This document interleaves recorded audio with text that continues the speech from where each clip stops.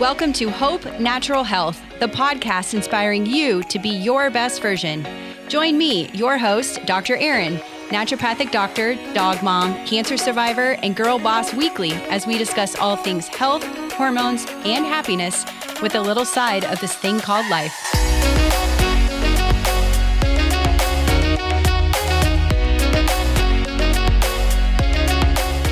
Welcome back to the Hope Natural Health podcast. Last week, we discussed loss with a special guest, so go back and take a listen to that episode. And now let's dive into this week's show. Today, I'm going to share with you a few different yoga poses that you can do to help with your PMS.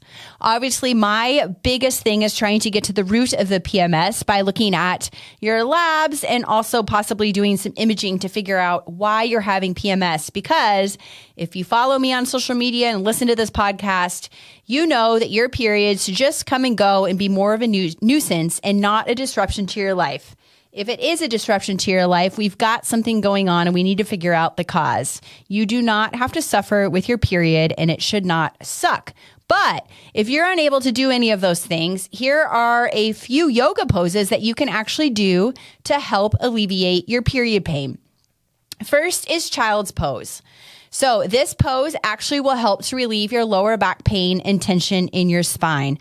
I love doing this pose even not on my period or having any PMS. It's one of my favorite stretches for overall, like it mentioned, or I already mentioned, tension in the spine, your lower back, your shoulders, your neck. It's just a wonderful calming pose. The second one would be cat-cow. I'm not entirely sure which one's cat and which one's cow. It's always been a debate, but these poses will help, again, stretch your lower back and can help relieve the menstrual cramps because obviously back pain is another big symptom of PMS due to those heightened prostaglandins that can cause the pain. Third is a simple seated forward bend. This pose will help stretch your hamstrings and your lower back, which therefore can help relieve the cramps in your low back pain. So again, another wonderful stretch for overall general wellness. The fourth would be a reclined bound angle. So this one is laying on the ground and putting your legs kind of like in a triangle shape. It's kind of hard to describe without showing you. I do have a post on Instagram all about these poses. So we'll include the link to that post in the show notes and you can see a picture of it. But this pose will help open your hips and your inner thighs, which therefore can help relieve your cramps. And guess what? Lower back pain. The fifth one would be putting your legs up on the wall. This is amazing for cramps. It helps relieve the cramps and, again, lower back pain by increasing blood flow to your pelvic area.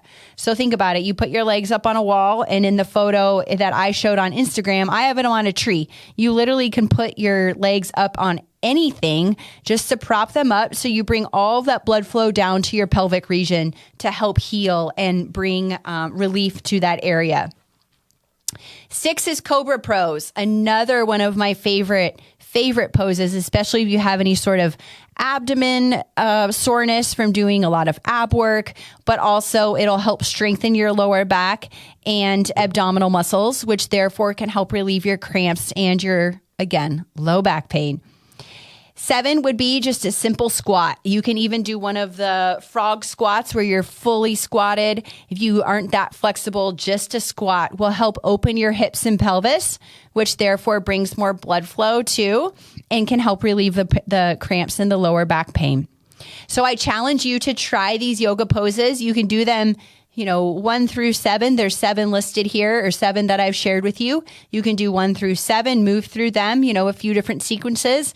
It's not harmful to do them multiple times a day, especially if you're struggling, and you're getting a little bit of workout when you do this because you're moving your body, you're, activating some muscles you probably haven't used in a while, and you're helping your PMS. So I'd love to hear your thoughts on this. Give it a try the next time you're experiencing some PMS and let me know how it works for you. Hope this was helpful, and I can't wait to see you all next week.